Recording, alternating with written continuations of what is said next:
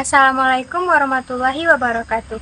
Halo teman-teman, kami dari kelompok 1 mau membahas tentang pengertian sumber daya manusia secara mikro dan makro. Topik ini penting karena sumber daya manusia adalah penduduk yang mampu bekerja untuk menghasilkan barang dan jasa, baik untuk memenuhi kebutuhan diri maupun masyarakat. Sumber daya manusia menjadi faktor penting dalam pembangunan ekonomi, karena tanpa manusia, mesin, modal, dan teknologi tidak bisa berjalan. Pembangunan ekonomi nggak akan jalan. Nah, di sini kita bakal lihat peran sumber daya manusia dari sisi lain yuk. Langsung aja kita mulai pembahasannya. Nah, untuk pembahasan yang pertama adalah pengertian sumber daya manusia secara mikro. Secara mikro, sumber daya manusia adalah individu yang bekerja di suatu organisasi atau perusahaan. Biasanya disebut pegawai, buruh, karyawan, atau pekerja. Fungsi utama sumber daya manusia adalah sebagai aset organisasi, bukan sekedar tenaga kerja. Sumber daya manusia harus dilatih, dikembangkan, dan diberdayakan agar produktif. Saat ini, sumber daya manusia dipandang sebagai human capital, yaitu aset yang bernilai, bisa dilipat gandakan, dan menjadi motor penggerak kemajuan organisasi perusahaan. Poin pentingnya, sumber daya manusia bukan hanya beban biaya, tetapi investasi yang menentukan keberhasilan organisasi. Selanjutnya, pembahasan kedua adalah pengertian sumber daya manusia secara makro.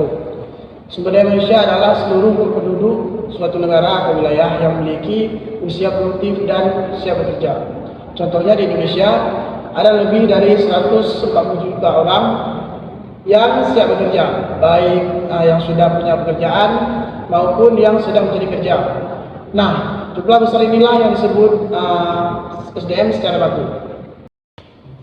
Nah, dari sisi tenaga kerja, penduduk dibagi menjadi dua kelompok, yaitu yang pertama tenaga kerja, mereka yang mampu dan mau bekerja. Untuk tenaga kerja sendiri dibagi menjadi dua, yaitu yang pertama anggota kerja. Anggota kerja yaitu penduduk usia kerja yang sedang bekerja atau sedang mencari kerja.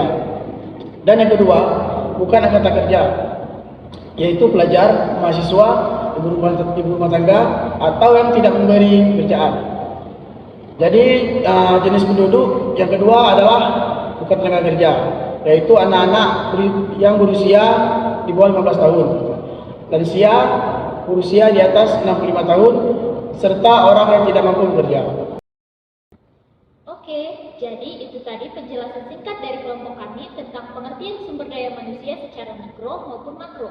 Kesimpulannya, sumber daya manusia secara mikro dilihat dari sisi individu atau kelompok kecil, sedangkan sumber daya manusia secara makro dilihat dari keseluruhan penduduk suatu negara atau wilayah.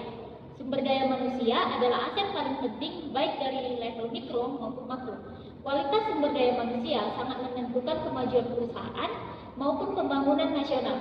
Oleh karena itu, investasi pada sumber daya manusia melalui pendidikan, pelatihan, dan pengembangan sangatlah penting. Semoga penjelasan ini bisa bikin teman-teman lebih paham ya.